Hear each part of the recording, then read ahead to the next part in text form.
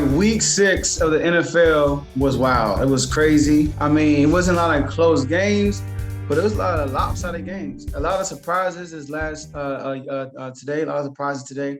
So let's talk about these games. The first game we're going to talk about the Baltimore Ravens and the Los Angeles Chargers. Now, this game was surprising to me. I picked the Chargers to win this game only because of the team. I look at the team top to bottom. The Chargers had a better team than the Baltimore Ravens. Now, I didn't take into consideration that Baltimore were playing at home. Lamar Jackson, he's great around playing at home. You know, it's hard to pick against him at home. And I did say that Lamar Jackson is the MVP front runner right now, while a lot of people are thinking it's Justin Herbert. All right. I had a few people on social media tell me it's Herbert, but no, it's Lamar Jackson. And he proved it today. So look at this. So first off, one game that show you that Lamar is, he turned into a accurate quarterback. He turns to a guy who's confident and using his arm to win games. And on top of that, he is still elite with his legs. Like one play, I know in the beginning of the second quarter, it was 1st and 20. If you saw the run he had to get that first down, he looks like a legit running back out there. Lamar Jackson is a running back with a quarterback arm. Or you can say he's a quarterback with running back ability. So he's just a great dual threat. So Lamar is the type of player where you draw a play. And then when the play goes wrong, Lamar makes it right. Lamar is that type of player. He's an X factor. I mean, he's a game changer, a playmaker. He is the scariest NFL player right now in the game. He's the one guy, no matter what the situation is, you cannot blink because Lamar Jackson will make something happen. All right. So, Justin Herbert. Justin Herbert, you've been playing good all year, but this game, you look bad, man. You were very inaccurate, especially on key downs. On 3rd and 4th down, Justin Herbert was very inaccurate. It was time, I mean, you know, I know a lot of times because of the pressure from the defense, Baltimore defense has playing a lot better by the game. If you look at it, they had a young secondary because they are decimated in the secondary. They have a young secondary. And then, of course, when you're young, you need reps. So as time goes by, chemistry is being created, confidence is being built. The feel for the NFL speed game is getting better. So this team defensively is getting better by the week. And they were getting a lot of pressure on Herbert. That did cause a lot of inaccurate throws, but there's no excuse. You know, if you're a great quarterback, you see the pressure coming, you got to anticipate that, right? So he was very inaccurate, Justin Herbert, on a lot of 3rd and 4th downs, all right? He didn't give his wide receivers a lot of good opportunities on those crucial downs. Now, so you look at this running back trio. You have Murray, Bell, and Freeman. These are 3 former great running backs. They like 3 Freeman with the Falcons, legit running back. Murray with the Raiders, legit running back. And then you have Le'Veon Bell. Come on, he was considered one of the best running back in the league at the time. So you have 3 legit running backs in a great system running behind Lamar Jackson. Don't you think with some time and reps, they're going to look great together? Do you know all 3 of them scored a touchdown yesterday? All 3 of them scored a touchdown today. So now that trio right there is going to be crazy as time goes by. When they first signed them, I was like, whoa, those are some great signings right there. Right now, they're going to look as good because they're fresh off the street. They got to get back in the NFL groove. And then when games go by, they're going to look nice because Lamar Jackson, they are running behind Lamar Jackson. All right. So now that's that with that game. So let's go to the other game, all right? We have the Kansas City Chiefs versus the Washington football team. Now, the Kansas City Chiefs beat them 31-13. Now, coming to this game, I picked the Chiefs to win. I said the Chiefs would be similar to the Bills game, that the Bills came in and used the Washington football team to get their groove back. And that's exactly what happened. So the first half, the defense played pretty okay. I'm not going to say great. They played okay because the Chiefs were still able to move the ball downfield. The only difference was the Chiefs made a lot of dumb mistakes. They killed themselves. The Washington football team forced 3 turnovers. It should have been 4. Tyreek Hill slipped on the play. Mahomes threw it. Fuller dropped it right in his hands. Tyreek Hill threw it right in his hands, tipped, fully catched it. I'm excited. Mahomes getting pressure. Instead of just taking a sack or he tried to throw the ball. I don't know what he was doing. Try to make some magic out of it. Bad interception. So, and guess what? Out of 3 turnovers, guess what happened? Washington football team scored 7 points.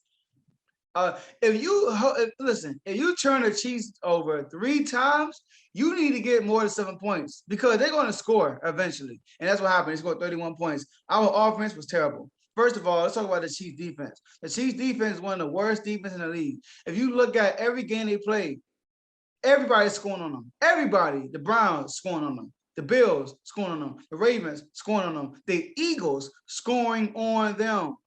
The Chargers scoring on them. The Washington football team, 13 points. The Washington football team did not taste the red zone the whole game. Now, one time they got inside the 20-yard line the whole game. So I look at Taylor Heinicke. That's my guy. I listen. I still believe in Taylor Heinicke and everything, right? I think he's kind of magical. Like he's a playmaker, right? He know how he's confident in himself. Now he need to get himself together. Let me tell you why. Fitzpatrick will be eligible soon. These last 2 games against the Saints and the Chiefs, he's been playing poorly. And it's not because it's only because he's been inaccurate. He's not putting the ball on the money. Now, the Saints game, I would say the game plan was bad. They threw the ball way more times than they ran the ball. Now, against the Chiefs, they had a great game plan. They came into the game thinking we're going to run first. And that's what they were doing. They were running first. And the running backs were playing good. Now, Gibson was hurt, and you can see it. I don't know why he was playing. All right, because you got McKissick, right? Now, the thing is, if he's hurt, it's early in the season, let him get healthy. Let him get healthy. And plus, we're playing the Chiefs. I'm sorry, guys. I mean, losing to the Chiefs was probably a thought going into the season. All right, so this is rest Gibson and just play out this game. All right, but anyways, he did play a good game besides that fumble he had. But they came into the game running focused. But then Taylor Heinicke was super inaccurate the whole game. He had to get his act together. He has to get his act together. Like I said, I still believe in him. I still think he could be a starting QB for our team. I will pick him over Fitzpatrick. But if he don't get his act together and get his accuracy back on point, then when Fitzpatrick is eligible, they're going to put him back in the lineup. All right, so that's that with that game. All right, so the Cardinals versus the Browns. Now, the Cardinals won this game 37-14. It would have been a 30-point victory if it wasn't for that Hail Mary. All right, so let's say that. Now, the thing is about the Cleveland Browns, I picked the Cleveland Browns to win this game without knowing Nick Chubb was out. No Chubb, no dub for the Cleveland Browns. All right, and then on top of that, Kareem Hunt got hurt. This is the first time in a while I haven't seen the Cleveland Browns get less than 100 yards. I don't know the stat of when the last time that happened, but they had less than 100 yards against the Cardinals. Now, Baker is not that guy. The fact that Nick Chubb was out, Kareem Hunt got hurt, guess what? The focus was already on who? Baker Mayfield. And what did he do? He did not get the job done. He only put 14 points on the board, and that's with a Hail Mary. So really 7 points on the board. So the thing is, he needs a running game. He needs complementary pieces around him. He needs a run game for him to be successful. He's not going to be now. When I get to the next quarterback, I'm going to compare us to Baker Mayfield, right? But Baker Mayfield needs that running game. Now, let's talk about Arizona. They are proving to us an elite offense and defense. Now, don't get me wrong. I'm not going to overhype about this game because they didn't have their 2 key players the whole game, Nick Chubb and Kareem Hunt. So, and, Landry still hurt, So the thing is, I'm not going to get too excited about this game for the Cardinals because they did not, and then they missed 2 offensive linemen too. The Cleveland Browns. I'm not gonna get too overhyped for this game because they did not truly play the Browns. All right. So, but they did. They handled business, right? Whenever you play a bad team, you have to show up.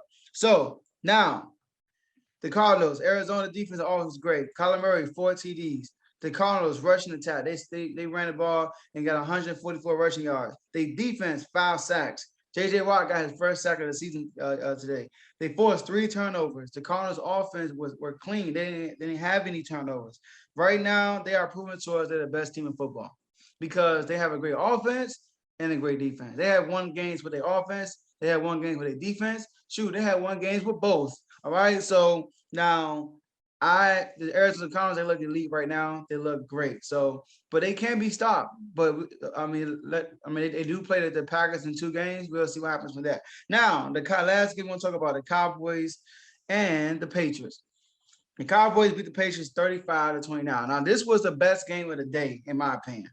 This was very entertaining. Now, a lot of people say the Jags and the Dolphins, that was a bad game. The game was close, but that was a bad game. I mean, it was bad. Tua, bad quarterback play.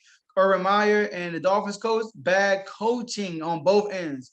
Now, Urban Meyer did outcoach him, but they both were terrible at coaching today. So now, here's the thing. Dak Prescott played great. All right. Dak Prescott played great. He took 51 attempts, completed 70% of his passes, threw for 445 yards and 3 TDs. Now, outside of that, they ran the ball 28 times.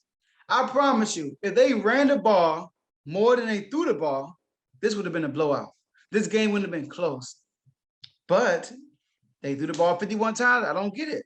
I don't know why the Cowboys just want to stick to their formula. I'm telling you, the Cowboys have a good team. You look at their roster, man, they have a great team. And Dak is a mature quarterback. In the previous years, when the Cowboys had a great team, Dak wasn't there. They didn't have a mature quarterback like Dak. Dak is a mature quarterback. When I say mature, he's a great leader. So you put Dak behind all those receiving weapons, the running back, and that great offensive line. Come on now, that's nothing but great things happening. But Dak has to, like I said with Baker Mayfield. Baker Mayfield needs a running game. Now, Dak also needs a running game, right, to be successful. But here's the difference between Baker and Dak. Dak can win you a game. I don't think Baker can win you a game. If you have to abandon the run temporarily and throw the ball to win the game, Dak can do that for you. But if you got to abandon the run for Baker Mayfield, he's not going to win you the game. Now, if you go play the Cleveland Browns, you shut the run game down, you shut the Cleveland Browns down. Against the Cowboys, you shut the run game down, Dak can still beat you with his arm. But I will say they are not going to go far if Dak is a primary weapon, meaning they throw the ball a lot more times. They have games like this, when you throw the ball 51 times, they only run the ball 28 times, they're not going very far in the season like they will be if they will run the ball first. But Dak played a great game. He played a great game. All right. Now, also, Bill Belichick. Bill Belichick is too conservative with Mac Jones. Now, let me tell you why. There's 2 plays that happened that they could have had opportunities to win this game, literally. So, look, third quarter, 1:50. Now, I know it's third quarter, but think about the situation. Third quarter, 1:58 seconds left. You up 17-14. You have a chance to go up 2 possessions. So if you score this TD, this drive, you're up by 2 possessions going into the fourth quarter. Now, and your defense has been playing good.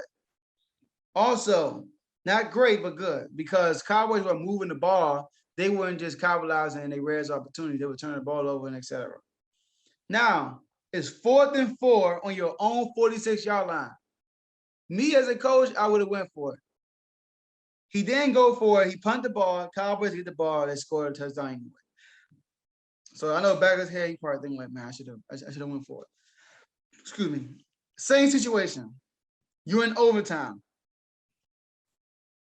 You're in overtime. You're in your own 46-yard line once again. The Cowboys haven't punted the ball since early third quarter, meaning their offense is rolling. They scored on every drive after that drive except for one because they missed a field goal. But they've been moving the ball. Do you know when you punt this ball, all the Cowboys need is a field goal? So in your own 46-yard line, Cowboys haven't punted since the third quarter. It's 4th and 3. Last time was 4th and 4. Now it's 4th and 3. You get an extra yard. You punt the ball. Cowboys get it, come down, score a touchdown. I mean, come on, Belichick. You got to take risks. You can't be so good. Listen, we in 2021. People are taking risks on 4th down. You can't give a ball back in overtime that needs a field goal to a high-power offense. So now, Trayvon Diggs. Now, Trayvon Diggs, right? I had some controversy with Trayvon Diggs. Now, Diggs, right? This is my opinion. I don't think he's a great cover quarterback. When I say cornerback, when I say cover, I mean like he's going to take a receiver and shut him down for the game. He's not going to do that. Now, granted, his best game of the year was against Mike Evans. He did a great job against Mike Evans, even though Tom Brady threw 3 bad passes to Mike Evans that was uncatchable. But outside of that, he did a great job on Mike Evans. But the thing about the Tampa Bay Buccaneers, he doesn't need to throw it to Mike Evans. He had Antonio Brown. He had Chris Godwin. I mean, come on. He has Gronk. So it's not an urgency to get the ball to Mike Evans. Mike Evans, I mean, you look at him last game. He didn't have a great game. But are we going to say he got shut down? No. Antonio Brown had a great game, you know? So that's how Chris Godwin, Lenny Fournette had a great game. So they have too many weapons. And he did a great job against Smith. Now, that's who he did a great job against, I should say. Not Mike Evans, against Smith with the Eagles. He did a great job against him. But that's a rookie. Now, he gets torched a lot. It's a lot of plays where he gets beat on covers and everything. The great thing about Trayvon Diggs is his hands. He's a former wide receiver. If you throw the ball his way, right, and it's an inaccurate throw, and he has the opportunity to catch it, he's going to catch it. That's one thing I can say about Diggs. He got glue on his hand. He's a receiver playing cornerback. That pick he had against the Patriots today, that was a terrible throw.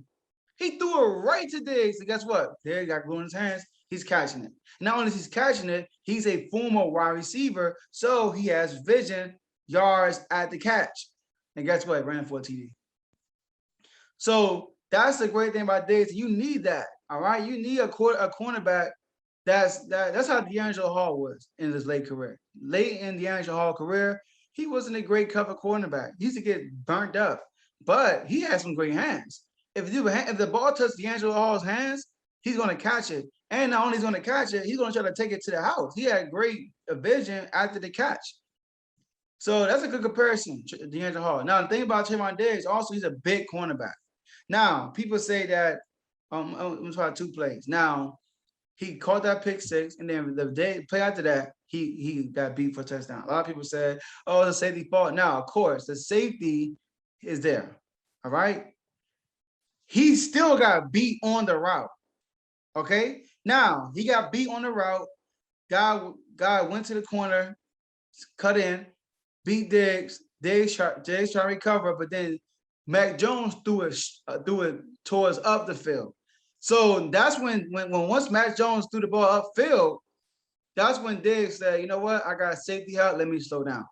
But if the safety wasn't there, that still would have been a touchdown because Bourne would have cut across the field and Mac Jones threw the ball across the field versus up the field. And that would have still been a touchdown. So, like I said, coverage-wise, he's not that great, but he has great hands, man. I gotta give it to him. I mean, he's doing something historic right now. He had an interception in every single game of the year so far. He has more interceptions than most teams, including my team, Washington football team. He has more interceptions than most teams. He has great hands. If you're going to throw the ball Trayvon Diggs' way, make sure it's an accurate pass. If it's an inaccurate pass, most likely it's going to be intercepted. All right, so that's my feedback from this week's game, Brian. I'm not going to go over every game, but those are my feedback. That's my feedback from each game from today. So that's it. Thank you, guys. See you guys in the next episode. All right, thank you guys for staying to the end of the video. Now, before you leave, this is what I want you guys to do. I want you to like this video if you haven't done it yet. I want you to subscribe to the YouTube channel if you haven't done it yet. Share this video with someone you know that will be interested in listening to what we talked about today. And last but not least, hit the notification bell so you can make sure every time we upload a video, you'll be notified on YouTube. So enjoy the rest of your day, and I'll see you guys in the next episode.